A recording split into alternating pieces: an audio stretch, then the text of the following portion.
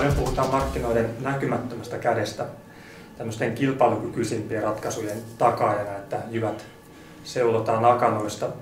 Ja sitten puhutaan, että aina kun joku rajoittaa tai vaikuttaa kilpailuun, niin markkinat vääristyy. Mutta voiko kuitenkin valtiolla olla jonkinlainen aktiivinen rooli markkinoiden rakentamisessa? Niin, tämä markkinoiden näkymätön käsi tulee Adam Smithiltä ja hän vaan hyvin niin ohimennen vaan viittaa siihen ja sitten tästä on kuitenkin noussut tämmöinen iskusana.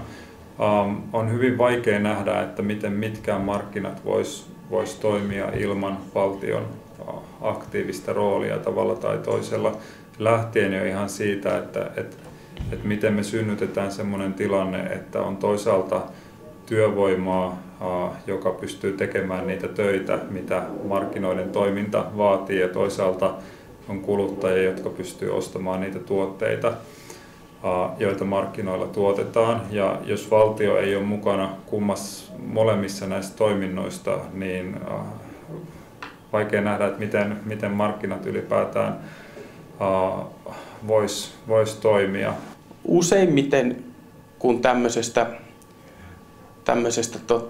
kilpailullisesta prosessista puhutaan tänä päivänä semmoisessa mielessä, että ikään kuin elinkelvottomat firmat kuolee ja elinkelpoiset jää, niin tämä tuntuu olevan tekosyy sille poliittiselle prosessille, jossa tämmöisiä ylivelkaantuneita valtioita käytännössä tuhotaan taloudellisesti.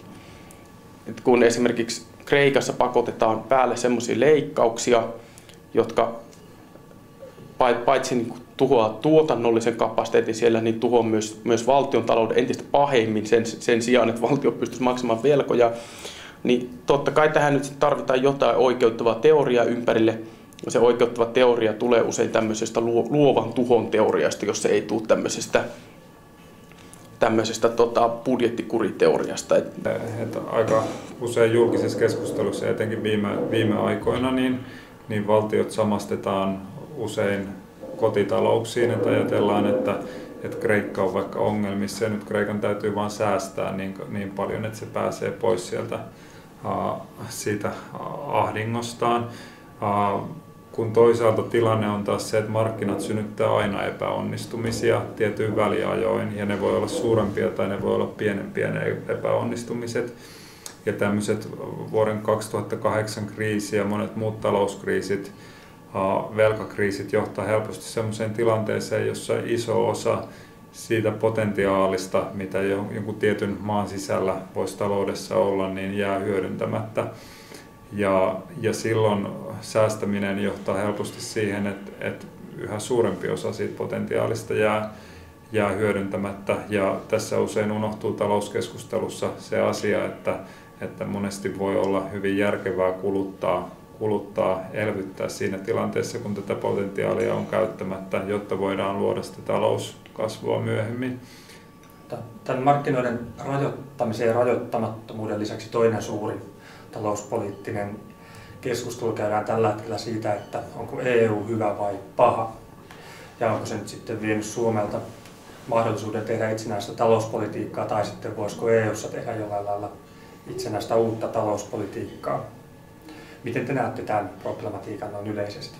Rahaliitossa suurin ongelma on se, että tämä koko institutionaalinen perusta on rakennettu tietylle systemaattiselle epäluulolle julkista sektoria kohtaan. Se on rakennettu niin, että keskuspankki ei voi millään tavalla rahoittaa valtion budjetteja ja myös niin, että valtion budjetit ei voi juurikaan ylittyä ilman, että markkinat rupeaa hermostumaan näistä ylityksistä. Eli valtiot joutuu entistä selvemmin ikään kuin finanssilaitosten valvonnan ja jonkinlaisen sanktioinnin kohteeksi. Valtiolle muodostuu entistä tärkeämmäksi esimerkiksi se, että minkälaisia luottoluokituksia ne saa, ihan johtuen tästä keskuspankkirakenteesta, mikä EU:ssa on alun perin otettu käyttöön. Tämä on EU:n ilmeinen ongelma, tai tämän rahaliiton ilmeinen ongelma. Sitten myös rahaliiton sisällä on sen tyyppisiä ongelmia, että on selvästi vienti- ja tuontimaita ja koska jokainen maa pyrkii lähtökohtaisesti viemään enemmän kuin tuomaan, niin tästä tulee mahdottomia yhtälöitä, kilpailuasetelma, joka on pitkällä aikavälillä kestämätön, ja myös sellainen tilanne, että nämä enemmän tuovat maat velkaantuu rakenteellisesti. Se, että esimerkiksi Kreikalla on niin paljon velkaa, niin totta kai liittyy osittain Kreikassa tehtyyn päätöksiin, mutta myös siihen, että Kreikka velkaantuu, koska se on iso vientimarkkina saksalaisille tuotteille, ja sen tavallaan funktio on olla myös sitä tässä rahaliiton rakenteessa. Ei ongelma ole siinä, että olisi jonkinlaisia rahaliiton ideaan liittyviä asioita, jotka muodostaisivat ylitse pääsemättömiä esteitä tämmöiselle sosiaalisemman ja oikeudenmukaisemman Euroopan idealle. Joo, ja vielä rahaliiton osalta voisi sanoa, että EU on ollut aina perinteisesti hyvin luova keksimään ratkaisuja erilaisiin poliittisiin umpikujiin. Ja esimerkiksi se, että näitä rahaliiton peruskirjoja ja mandaattia muutettaisiin, niin se olisi hyvin toivottavaa, mutta se on toisaalta poliittisesti pitkä ja vaikea prosessi. Toisaalta ihan jo sillä, että Euroopan keskuspankin johtokunnan jäsenet omaksuisivat erilaisia poliittisia linjauksia suhteessa esimerkiksi vaikkapa tällaisiin inflaatiotavoitteisiin ja muihin, jotka tällä hetkellä rajoittaa tämmöistä elvyttävämpää politiikkaa, niin jo sillä voitaisiin tehdä hyvin paljon. Ja sama pätee EU-hun muutenkin, että sinänsä on vaikea nähdä, että tai joka tapauksessa nykypäivän globaalissa maailmassa on hankala ajatella politiikkaa ilman, että on jotain tällaisia kansallisvaltion yläpuolelle meneviä rakenteita, joissa täytyy myös tehdä päätöksiä.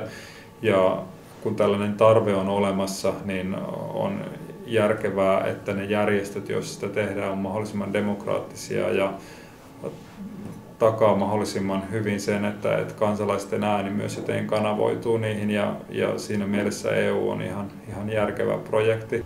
Euroopan keskuspankkihan on ehkä Euroopan poliittisesti vaikutusvaltaisin instituutio, eikä ole mitään poliittista ohjausmekanismia tällä hetkellä, miten siihen voitaisiin puuttua. Eli jollain tavalla se asema täytyisi määritellä uudestaan. Kiinnostavaa on se, että euroa luodessa oli selvästi vallalla tämmöinen ajatus, että keskuspankki on epäpoliittinen instituutio. Että se noudattaa rahapolitiikkaa, joka perustuu tiukkoihin inflaatiotavoitteisiin, eli käytännössä pääoman intressien korostumiseen muiden intressien kustannuksella, niin on jollain tavalla poliittisesti neutraalia, pelkästään tekninen tavoite.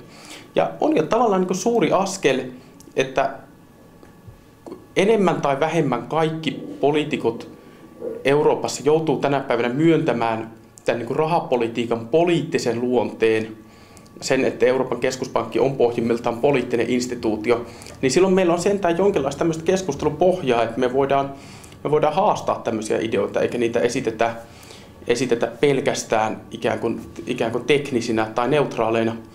Viime kesänä yhdessä puheessa presidentti Niinistö ihmetteli, että miten keskuspankilla on näin suuri valta, että sen päätöksethän tuntuvat jo Suomessakin. Oho, rahapolitiikalla on poliittisia vaikutuksia, mutta onhan se parempi, että se oivallus tulee myöhään kuin ei milloinkaan. Sitten vielä mitä tulee tähän rahapolitiikkaan, niin tällä hetkellä esimerkiksi näiden Etelä-Euroopan kriisimaiden yksi suuri ongelma on se, että he joutuu ottamaan paljon lainaa markkinoilta, laskemaan liikkeelle velkakirjoja ja niin poispäin, ja he joutuu maksamaan hyvin korkeita korkoa siitä lainasta. Ja tähän Euroopan keskuspankin toimintaan on sisäänkoodattu se, että tämä laina pitää aina ottaa markkinoilta ja markkinoiden määräämillä koroilla, kun ihan yhtä hyvin voitaisiin tehdä myös se valinta, että keskuspankki vaikuttaa, joko lainaisi suoraan tätä rahaa tai sitten vaikuttaisi säätelyllä siihen korkoon, mitä markkinat saisi näiltä mailta periä, että tässä on monenlaisia vaihtoehtoja. Selittättekö vielä hieman tarkemmin tätä, että mitä tarkoittaa EU:n tiukka rahapolitiikka tai Euroopan keskuspankin tiukka rahapolitiikka ja minkälaisia seurauksia sillä on ja mitkä sitten voisivat olla sen vaihtoehdot? No aivan lyhyesti. Rahapolitiikasta tietysti täytyy tehdä erilaisia valintoja ja on hyvin monimutkaisia erilaisia keskuspankkioperaatioita, mutta se suuri linja on valinta sen välillä, että pyritäänkö matalaan inflaatioon vai sallitaan hieman korkeampi inflaatio, jolloin kysyntä taloudessa on suurempaa. Jos pyritään matalaan inflaatioon, niin silloin on enemmän työttömyyttä. Se on ikävämpää ihmisten kannalta, jotka etsivät työtä, mutta pääoma säilyttää arvonsa hyvin vakaasti. Eli se on mukavampaa sen kannalta, jolla on pääomaa investoituna. Sitten taas, jos on väljempi rahapolitiikka, niin on enemmän töitä ihmisillä, niistä todennäköisemmin saa myös paremmin palkkaa, siis on enemmän kysyntää taloudessa, mutta tämä kysyntä taas johtaa siihen, että on hieman korkeampi inflaatio, eli tämmöinen paljon pääomaa omistava ihminen tai taho, niin siitä sitten kärsii. Tavallaan tämä on niinku hyvin klassinen juttu, tavallaan marxilainen klisee. Me tehdään valintoja työn ja pääoman intressien välillä, mutta rahapolitiikassa on pohjimmiltaan siis suurena linjalla kyse juuri tästä. EU on rakennettu taloudelliseksi liitoksi ja poliittiseksi ja jossain määrin sotilaalliseksi liitoksi, mutta sosiaalinen ulottuvuus, eli sosiaalipolitiikka on jätetty kansallisvaltioiden huoleksi. Nyt kuitenkin vaikuttaa siltä, että rahapolitiikka, niin kuin te sitä kuvailitte, niin vaikuttaa myös sosiaalipoliittisiin ulottuvuuksiin, eli ne ei ole sillä lailla kuitenkaan erillisiä tasoja. Olisiko siis toisin sanoen mahdollista, että jonkinlainen sosiaalisen Euroopan visio ja vaatimus otettaisiin uuden Euroopan tavoitteeksi ja sitä kautta myös sitten rahapolitiikkaa luotaisiin uudelleen? Jos ajattelee vähänkin pidemmällä aikavälillä kuin vuoden tai parin mittarilla, niin ne pelkästään ihan jo ne taloudelliset kustannukset, mitä jostain syrjäytymisestä seuraa, on niin valtavia, että jos oikeasti ajateltaisiin pitkän aikavälin taloudellista kestävyyttä, kuten nykyään on muodikasta sanoa, niin sosiaalipolitiikka ja sosiaaliset seikat otettaisiin ihan jo taloudellisista syistä paljon vakavammin, puhumattakaan siitä, että kyse on myös merkittävästä ihmisoikeuskysymyksestä ja ihmisarvokysymyksestä, siitä, että ihmisillä on samanlaiset lähtökohdat riippumatta siitä, että minkälaiseen perheeseen he syntyy tai minkälaiseen asemaan he syntyy. Ja ehkä tämä sosiaalisen Euroopan ajatus nyt on ollut aika taka-alalla eurooppalaisissa keskusteluissa viime aikoina tai pidemmälläkin aikavälillä, mutta toivottavaa olisi tietysti, että se vahvistuisi. Rahapolitiikassa ja talouspolitiikassa on jollain tavalla välttämätöntä synnyttää suurempaa koordinaatiota alueella, jolla on yhteinen raha. Siinä on syitä, jotka niin vetää siihen suuntaan ja kriisiyttää systeemiä, jos tähän ei mennä. Mutta totta kai tämä koordinaatio voidaan tehdä kauhean monella tavalla. Tämänhetkinen koordinaation tapa näyttää olla pitää tästä markkinakurista kiinni, luoda entistä vahvempia komissiovetoisia rajoitteita julkiselle kulutukselle. Se voitaisiin tehdä hyvin monella tavalla. Se voitaisiin tehdä vahvistamalla liittovaltiota, jota keskuspankki rahoittaa suoraan, siis tämmöistä niin kuin Brysselin kassaa, josta käsin hoidetaan sosiaalipoliittisia tavoitteita. Näitä suuntia on tietysti monta. Musta olisi ihan hyvä tämmöinen lähtökohta poliittiselle ohjelmalle, että mietittäisiin jonkinlaisia eurooppalaisen tason sosiaalipoliittisia mekanismeja tämmöisen talouspoliittisen koordinaation lisäksi. Esimerkiksi Euroopan laajuinen perustulo on minusta hyvin kiinnostava ja varteenotettava ajatus, jota olisi syytä miettiä tämmöiseksi Euroopan tason sosiaalipolitiikan tavoitteeksi.